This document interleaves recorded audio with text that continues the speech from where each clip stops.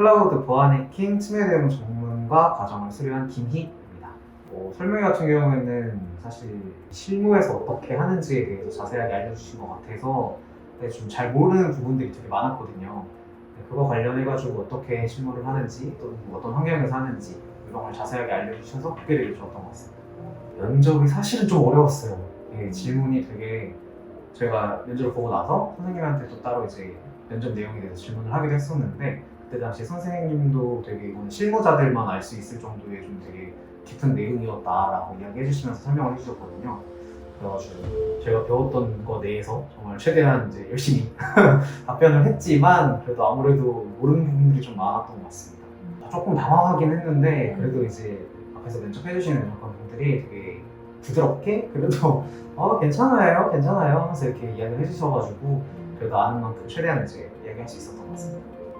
기억에 남는 면접 질문이 사실 제일 어려웠던 질문인 것 같아요. 그래가지고 SQL 인젝션 같은 경우에 인터넷을 통해서 이제 파이어를 거쳐가지고 이렇게 서버로 오는데 그 사이에 있었던 이제 장치들이나 그런 시스템에서 어떻게 방지할 수 있을지, 어떻게 침해를 대응할 수 있을지에 대한 질문이었어요. 근데 정말로 제가 아는 바에 파이어월은 네트워크도 있고 시스템 안에서도 있고 막 이렇게 여러 가지가 있으니까 어떤 파이어월이지? 막 이러면서 되게 고민을 많이 하게 됐었거든요. 그래가지고 그때 당시에 순간적으로 지금 이제 한 6, 6개월 한 배웠던 내용들이 막 머릿속에 사사사사 막 지나가면서 막 어떻게든 찾으려고 막 그랬던 게 제일 기억에 남는 질문이었던 것 같습니다. 이거는 제가 사실 이제 웹 관련해가지고 웹해킹 하면서 이제 배우면서 이제 실습을 하다가 이제 외국 사이트를 하나 해킹을 한 적이 있어요.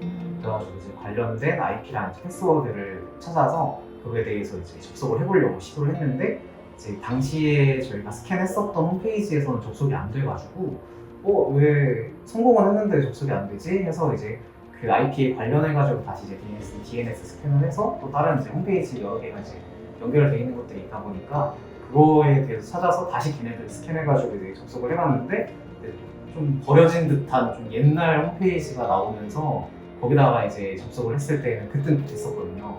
그래가지고 이게 왜 저희가 스캔한 거에서는 안 되고 또 다른 이제 사이트에서 되나 이렇게 궁금해서 여쭤봤었는데 그때 답변해 주신 게 이게 완전 예전에 뭐 이벤트성으로 홈페이지를 만들거나 그런 걸 개설했을 때 거기에서 사용됐던 패스워드 아이디가 자료가 남아있는 걸 수도 있다 그렇게 이야기를 해주셨어가지고 그거 원래 보통은 이제 폐기 처분을 하고 다 정리를 해야 되는데 굳이 그 사이트에 그렇게 이제 중요한 내용이 없다고 하면 그냥 방치하는 경우도 있어서 아마 그렇게 접속이 됐을 수도 있다라고 답변을 해주셔가지고 그렇구나 하는 좀 나름의 궁금증이 되게 많이 해결됐던 것 같습니다. 사실은 아무래도 보안이라는 게 대중적인 그런 상식 같은 느낌은 아니잖아요. 좀 더 전문성이 많이 있다 보니까 정말 처음 배우고 생소한 것들이 많았는데 이제 그런 것들이 나름 익숙해지면서 정말 새로운 걸 배운다는 게 되게 좀 많이 흥미로웠던 것 같아요.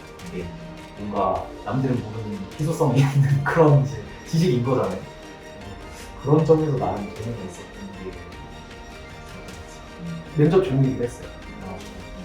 왜 이쪽을 선택했냐 이런 질문이었는데 제가 옛날에 20살 초반에 이제 구글 계정이 한번 해킹이 돼가지고 그 안에 이제 중국어로 된 이상한 파일들이 막 있고 이랬어요.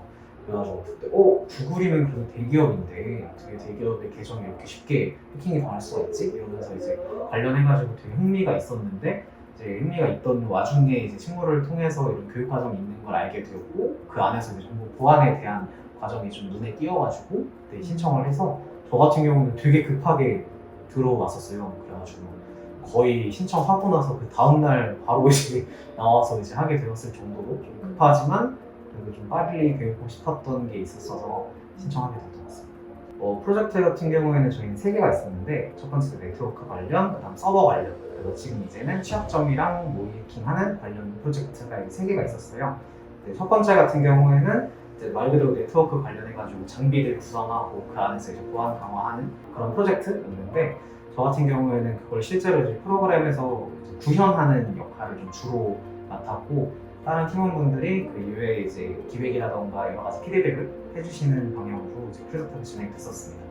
그리고 서버 같은 경우에는 서버는 저희가 이제 다 같이 구현에 참여를 해서 정말로 한 명도 빠짐없이 옹기종기 모여가지고 서버에 대해서 관련된 자료를 찾아보기도 하고 배운 파트 내에서 저희가 구현할 수 있는 최대한 서버에 구현을 이렇게 하는 역할로 이제 구현을 같이 했고 그 이후에는 저는 이제 문서 작업하면서 문서 내용에 어떤 거 추가해야 되는지에 대해서 이제 추가하고 피드백하고 그런 역할을 했었습니다. 사실 준비한 거는 저 같은 경우에는 학교 학과가 다르기도 하고 완전 처음 배우는 내용들이다 보니까 왜 이쪽 길을 선택했는지에 대한 질문을 좀 고민을 많이 했던 것 같아요. 그리고 그거 다음으로는 저희가 지금까지 배웠던 내용들에 대해서 어떻게 좀 요약해서 정리를 해가지고 좀 전달할 수 있는지에 대한 것도 고민을 많이 했었던 것 같습니다. 좋았던 점 같은 경우에는 저는 프로젝트가 되게 이제 도움이 많이 됐다고 생각해요. 왜냐하면 이론 같은 경우에는 사실 정말 영상만 봐도 그냥 나오는 내용들이기도 한데 그거에 대해서 실제로 실습을 해보고 그거에 대한 프로젝트를 기획하는 정말 완전 초반 기획부터 이제 마지막 결과물까지 했었다 보니까 그 과정이 되게 도움이 많이 됐었던 것 같고 아쉬운 점은 제가 컴퓨터를 3번 바꿨어요.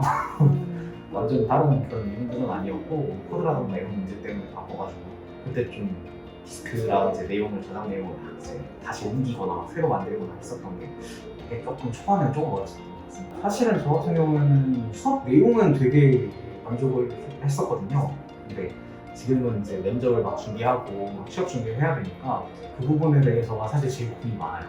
그거에 대해서 물론 잘 챙겨주시기도 하는데 이제 제 나름대로 이제 뭘 해야 될지에 대해서 막막한 점 준비하는 과정 이외에 좀 심리적인 게 없잖아 좀 있었어가지고 부담이라든가 이런 게 있었어서 그런 거를 조금 사실 저는 지금 면접을 보는 경험이 별로 없다 보니까 오늘 면접 보는 회사가 이걸 회사가 제일 좀 전문적으로 많이 설명도 해주시기도 하셨고 좀 구체적으로 어떤 업무나 이런 거에 대해서 많이 이야기해 주셨어가지고 조금 더 신뢰가 가지 않나 생각합니다. 저희 청년들이 취업에 대한 고민이 많잖아요. 근데 정말 어떻게 해야 되는지 인턴들을 아무리 찾아보고 해도 막막함이 사실 제일 큰데 그거에 대해서 막막하지 않다, 이런 방식으로 하면 된다. 구체적으로 설명을 해주시고 실제로 그 설명해 주시는 대로 보여주시고 이제 계획해 주시는 게 이게 정말로 도움이 많이 되거든요. 그래서 그런 거에 대해서 정말 공부도 많이 하시고 기획 준비해 주시고 도와주시는 분들께 이제 학원 관계자분들께 정말로 감사드린다는 말씀 드리고 싶습니다.